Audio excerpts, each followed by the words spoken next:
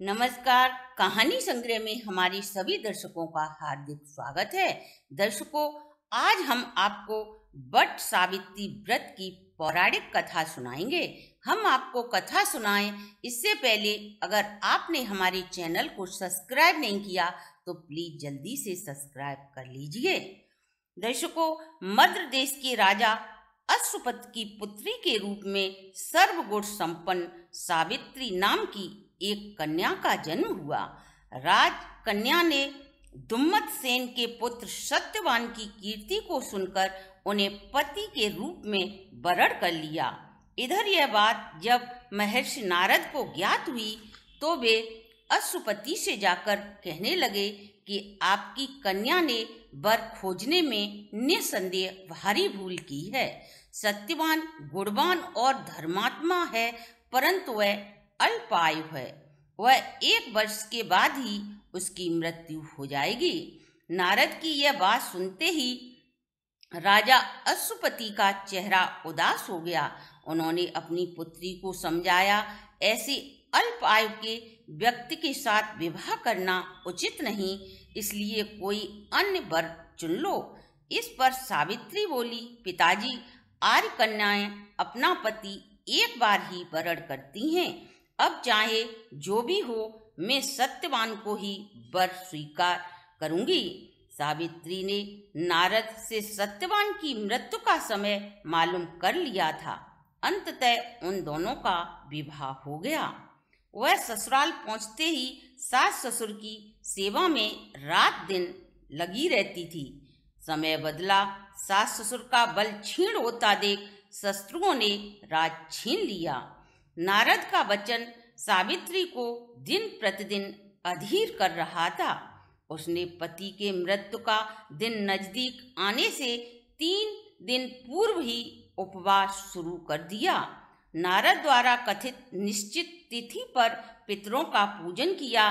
नित्य की भांति उस दिन भी सत्यवान अपने समय पर लकड़ी काटने के लिए जब चला तो सावित्री भी सास ससुर की आज्ञा लेकर उसके साथ जाने को तैयार हो गई। सत्यवान वन में पहुंचकर लकड़ी काटने के लिए वृक्ष पर चढ़ा। वृक्ष पर चढ़ने के बाद उसके सिर में भयंकर पीड़ा होने लगी। वह नीचे उतरा। सावित्री ने उसे बड़ के पेड़ के नीचे से उतारकर लिटा लिया और उसका सिर अपनी जांघ पर रख लिया। देखते ही देखते यमराज सत्यवान के प्राणों को लेकर चल दिए। सावित्री सत्यवान को वट वृक्ष के नीचे लिटाकर यमराज के पीछे पीछे चल दी। पीछे आती हुई सावित्री को यमराज ने लौट जाने का आदेश दिया।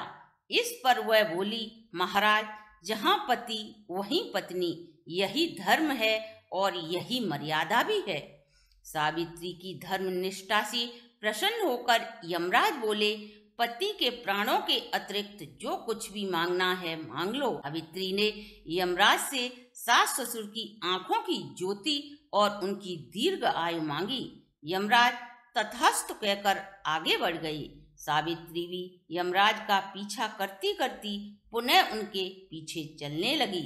यमराज ने पीछे आती सावित्री के वापस लौट जाने के लिए कहा तो सावित्री बोली, पति के बिना नारी के जीवन की कोई सार्थकता नहीं।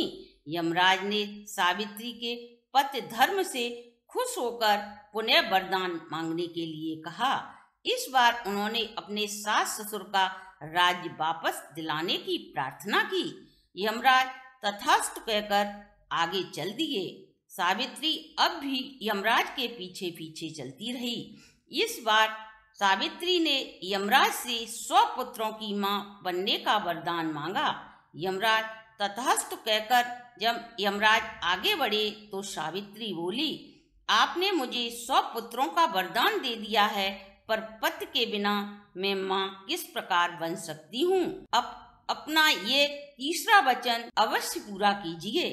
सावित्री की धर्मनिष्ठा, ज्ञान, विवेक तथा पति व्रत धर्म की बात जानकर यमराज ने सत्यवान के प्राणों को अपने पास से स्वतंत्र कर दिया। सावित्री सत्यवान के प्राणों को लेकर वट वृक्ष के नीचे पहुंची जहां सत्यवान का मृत शरीर रखा था। सावित्री ने वट वृक्ष की परिक्रमा की तो सत्यवान जीवित हो उठा। प्रसन्नचित्त सावित्री अपने सास ससुर के पास पहुंची तो उनके नेत्रों की ज्योति वापस आ गई। इसके बाद उसका खोया हुआ राज्य भी मिल गया। तभी से वट वृक्ष की पूजा और कथा कही जाने लगी।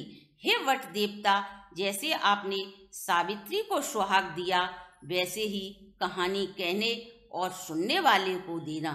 दर्शकों, ये थी हमारी आज की वीडियो। अगर आपको अच्छी लगी हो तो आप हमारे चैनल को लाइक, सब्सक्राइब और शेयर करें।